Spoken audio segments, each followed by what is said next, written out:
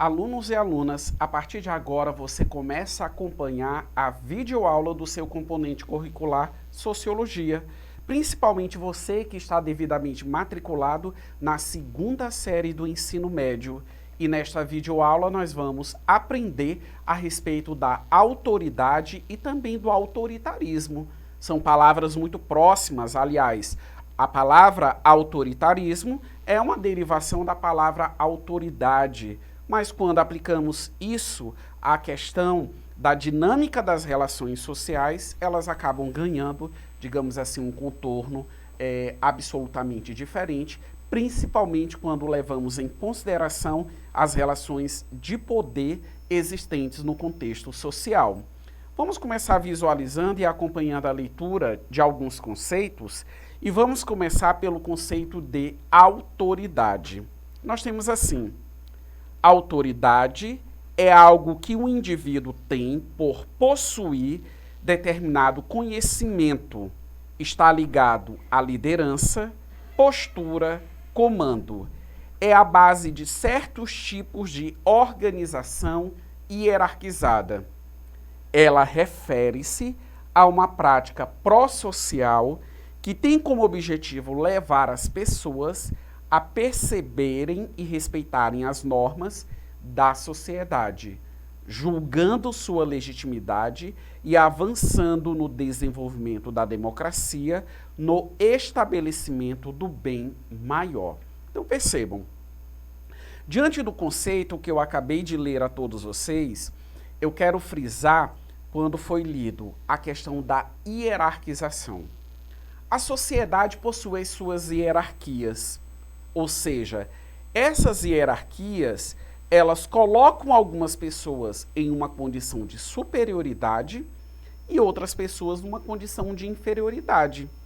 E tudo isso irá depender da dinâmica das relações sociais, porque as hierarquias, elas existem em todos os espaços da sociedade. Por exemplo, basta você fazer a seguinte interrogação: qual a referência de autoridade que você tem dentro da sua casa? Por exemplo, os seus pais. Eles são a referência de autoridade.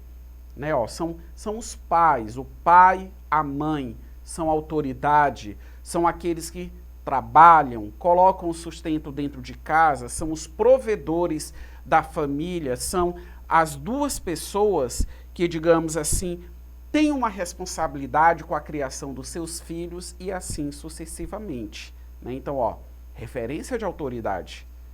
Quando você, na condição de aluno, está na sala de aula, no ambiente da sala de aula, quem é a referência de autoridade?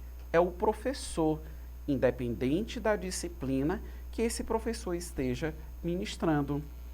Eu, como professor, né, enquanto trabalhador, eu estou no ambiente da escola, quem é a autoridade para mim? A gestão da escola, o gestor da escola, acaba sendo a referência de autoridade. E assim eu poderia citar vários outros exemplos, justamente para vocês poderem perceber. Né? Então, são os cargos, são as ocupações, são as atribuições que uma pessoa possui e que a colocam numa situação de liderança. Não é a questão de ser melhor do que os outros, mas se está numa condição de liderança, é porque precisa coordenar, é porque precisa orientar aquelas outras pessoas, né? Imagina, por exemplo, um pastor de uma determinada denominação religiosa. Ele, diante dos adeptos daquela doutrina, ele é uma autoridade? Sem sombra de dúvidas, ele é um líder. E quando nós exercemos a nossa autoridade no sentido de não inferiorizar, não humilhar, não constranger ou não pisar no outro. Ou seja, pela própria natureza. Eu sou professor, preciso manter, né? Até mesmo para que o processo de ensino e aprendizagem ele possa ocorrer de uma forma eficiente. Eu preciso manter a organização no ambiente da sala de aula. Isso é uma coisa, né? Outra coisa são outras práticas que podem ser, digamos assim, ofensivas em relação ao aluno. A mesma coisa, um chefe, um dono de uma empresa, um dono de um negócio. Ele pode chamar a atenção de um determinado colaborador, ele pode reunir a equipe para poder alinhar determinadas situações? Pode, ele deve fazer isso, faz parte da atribuição, mas ele não pode, né? O ideal, aliás, é que ele não utilize da sua posição dentro do ambiente empresarial para se impor de uma maneira abusiva e de uma maneira que venha ofender as pessoas. Vamos agora para o conceito de autoritarismo. Acompanhem com bastante atenção a leitura. Nós temos assim: o autoritarismo, ao contrário, está ligado a práticas antidemocráticas e antissociais. É a imposição de algo pela força.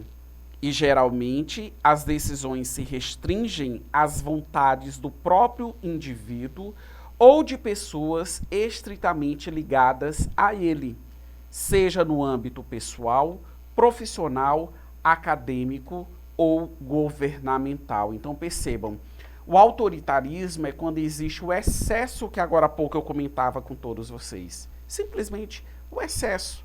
Aí você já está agindo de uma maneira abusiva. Quando eu exerço autoridade, eu estou agindo dentro de uma racionalidade, né? Por quê? Porque eu preciso de uma organização, eu preciso de uma coerência, né? Então, por exemplo, à medida que eu estou na sala de aula, se eu não consigo utilizar das estratégias necessárias para que o aprendizado no ambiente da sala de aula ele possa vir a acontecer, né? E que os alunos estejam todos organizados, então eu não tenho um controle justamente daquela situação e que, sem sombra de dúvidas, vai gerar prejuízos para o ensino daqueles alunos, né? Então, isso é a prática da autoridade, porque exercer a autoridade exige de nós determinadas condutas que, por vezes, serão condutas que vão agradar, mas precisamos também admitir, dentro de uma maturidade de pensamento, que alguns comportamentos, sem sombra de dúvidas, eles irão desagradar você, né? Então, isso faz parte da autoridade. Mas o autoritarismo, ele caminha justamente no sentido oposto, né? É quando eu estou impondo a minha vontade, é quando eu estou impondo o meu pensamento, né? Somente eu estou certo. As coisas, elas ganham uma conotação completamente subjetiva e não porque se precisa ter uma organização para isso. Vocês puderam observar no conceito do autoritarismo que em um determinado momento foi mencionado o seguinte: o emprego da força. Se nós levarmos em consideração essa discussão da autoridade e do autoritarismo e transferirmos ela para o âmbito político, por exemplo, né? Nós temos governantes autoritários ou governantes que apenas exercem a sua autoridade, né? Então, isso é uma reflexão que cada um de vocês pode e deve fazer, e assim eu deixo essa reflexão para todos vocês. Agora nós vamos para o exercitando da nossa videoaula. Visualizem em tela. Nós temos aí uma questão, né, bem simples, e nós temos uma imagem, uma charge, melhor colocando, né? Então eu percebo, existe uma fila de pessoas, e aí nós temos aí uma personagem, que é a Mafalda, nós temos aí o balãozinho, que está escrito: viemos nos vacinar contra o despotismo. E ela está falando isso justamente para uma enfermeira. Agora vamos para o lado direito da imagem e vamos no comando da questão, que diz: observe atentamente a charge, né, que é o que nós já fizemos. E aí nós temos aí um fragmento de texto que diz assim: democracia, regime político no qual a soberania é exercida pelo povo, pertence ao conjunto dos cidadãos. Vamos agora para o comando da questão, que diz assim: uma suposta, entre aspas, vacina contra o despotismo em um contexto democrático tem por objetivo, letra A, impedir a contratação de familiares para o serviço público, B, reduzir a ação das instituições constitucionais, letra C, combater a distribuição equilibrada de poder, letra D, evitar a escolha dos governantes autoritários e letra E, coibir a dominação religiosa. O que é que significa essa palavra despotismo, né? O que é um déspota? Nós temos o despotismo quando nós temos um poder absolutamente, ou um governo absolutamente abusivo, como eu citava anteriormente para vocês. O despotismo é uma forma de você externalizar o autoritarismo, né, o poder excessivamente autoritário.